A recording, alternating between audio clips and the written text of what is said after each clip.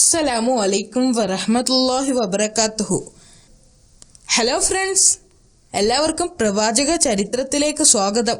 വിശുദ്ധ ഖുർആനിലും തിരുനബി വചനങ്ങളിലും പ്രതിപാദിച്ചിട്ടുള്ള ഏതാനും നബിമാരുടെ ജീവിത ചരിത്രത്തിലെ കുറച്ചു ഭാഗങ്ങളാണ് നിങ്ങൾക്ക് വേണ്ടി ഞങ്ങൾ ഇവിടെ അവതരിപ്പിക്കുന്നത്. ആയിരക്കണക്കിന് വർഷങ്ങൾക്ക് മുൻപ് നടന്ന ചരിത്രമാകുമ്പോൾ ചില അഭിപ്രായ വ്യത്യാസങ്ങളോ കുറവുകളോ ഉണ്ടാകും. അത് കൂട്ടുകാർ ക്ഷമിക്കുമല്ലോ.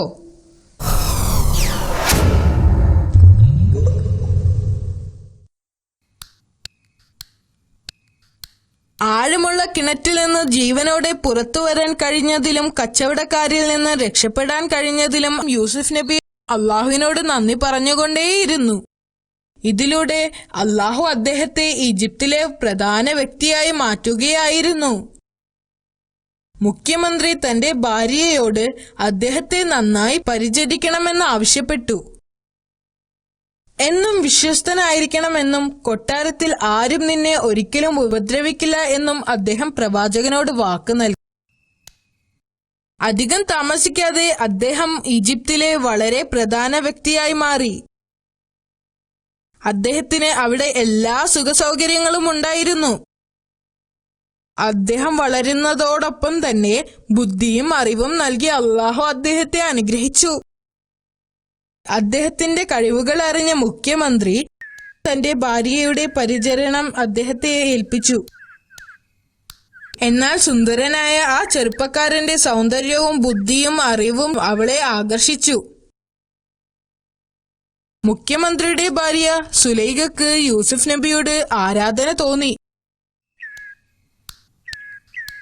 അവർ അദ്ദേഹത്തിൽ ആകൃഷ്ടനായി. ഓരോ ദിവസം കഴിയുന്തോറും അവർക്ക് അദ്ദേഹത്തോട് ഇഷ്ടം കൂടിക്കൂടി വന്നു. ഇത് കാരണം അവർക്ക് രാത്രികളിൽ ഉറക്കം നഷ്ടപ്പെട്ടു.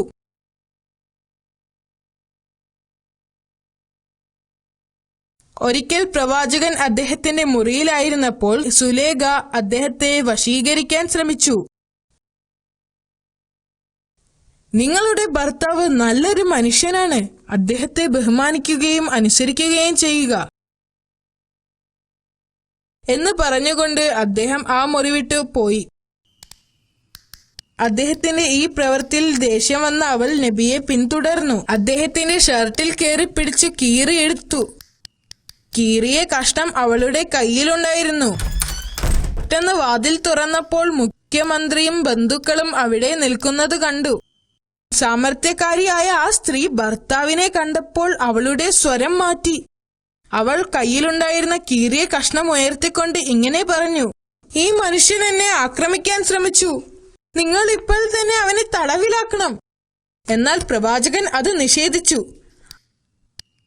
ആര് പറയുന്നതാണ് സത്യമെന്നറിയാൻ മുഖ്യമന്ത്രിയും ബന്ധുവും ഷർട്ടിന്റെ കീറിയ കഷ്ണം പരിശോധിച്ചു.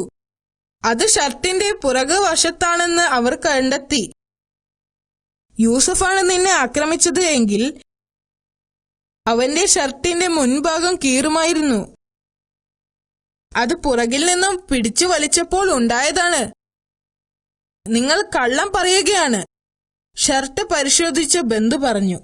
തന്റെ ഭാര്യ കള്ളം പറയുന്നതായി തിരിച്ചറിഞ്ഞ മുഖ്യമന്ത്രി പ്രവാചകനോട് മാപ്പ് ചോദിച്ചു. ഈ കാര്യം ആരോടും പറയരുതെന്നും പറഞ്ഞു. പ്രവാചകൻ നടന്ന സംഭവത്തെക്കുറിച്ച് ആരോടും പറഞ്ഞില്ല. പക്ഷേ ഈ വാർത്ത എങ്ങനെയോ ആളുകൾ അറിഞ്ഞു. അവർ സുലൈഖയെ കളിയാക്കുകയും സുലൈഖ പുറത്തു പോകുമ്പോൾ അവർ കേൾക്കാൻ വേണ്ടി സ്ത്രീകൾ പരസ്പരം പറഞ്ഞു, അവർക്കെങ്ങനെ ഒരു അടിമയോട് ഇങ്ങനെ പെരുമാറാൻ തോന്നി? അവരുടെ പരിഹാസം കാരണം സുലൈഖക്ക് വളരെയധികം വിഷമമായി. അവർക്കത് സഹിക്കാൻ കഴിഞ്ഞില്ല. താൻ നേരിടുന്ന അതേ പ്രലോഭനത്തിൽ മറ്റു സ്ത്രീകളെയും കീഴ്പ്പെടുത്താൻ അവർ ഒരു പദ്ധതി ആസൂത്രണം ചെയ്തു. നഗരത്തിലെ പ്രധാനപ്പെട്ടവരായ എല്ലാ സ്ത്രീകളെയും ക്ഷണിച്ച് ഒരു വിരുന്ന് നൽകുവാൻ അവർ തീരുമാനിച്ചു. വിരുന്ന് സ്ത്രീകൾക്കായി മാത്രമായിരുന്നു. ക്ഷണിക്കപ്പെട്ടവർ എല്ലാവരും വിരുന്നിനെത്തി.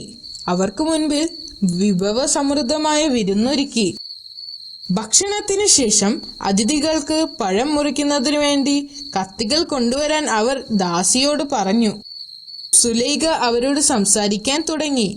സ്ത്രീകൾ അവരവർ ചെയ്യുന്ന കാര്യങ്ങൾ നിർത്തിവെച്ച് സുലേഖയുടെ വാക്കുകളിൽ ശ്രദ്ധിച്ചു. ഞാൻ എൻ്റെ അടിമയുമായി സ്നേഹത്തിലായിരുന്നു എന്ന് എല്ലാവരും പറയുന്നത് ഞാൻ കേട്ടു.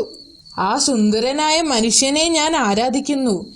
ഞാൻ അവനെ വശീകരിക്കാൻ ശ്രമിച്ചിരുന്നു എന്നത് ഞാൻ നിഷേധിക്കുന്നില്ല. വളരെ നാളായി ഞാൻ അദ്ദേഹത്തെ സ്നേഹിക്കുന്നുണ്ട്. സ്ത്രീകളെല്ലാം അമ്പരന്നു.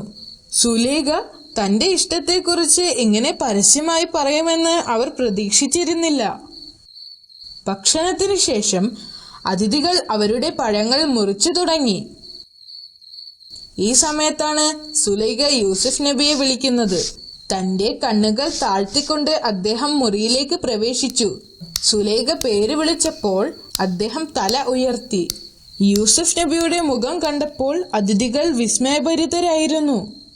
അദ്ദേഹത്തിൻ്റെ മുഖം സൗന്ദര്യം കൊണ്ട് തിളങ്ങുന്നതായിരുന്നു. അത് നിഷ്കളങ്കതയെ പ്രതിഫലിപ്പിച്ചു.